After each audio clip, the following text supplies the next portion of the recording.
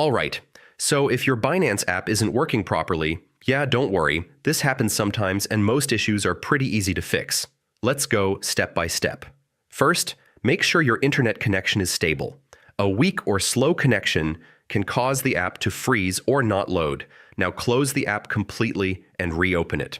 Yeah, sometimes that alone fixes the issue. Make sure your app is updated to the latest version.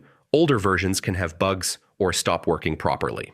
If the problem continues, try clearing the app cache.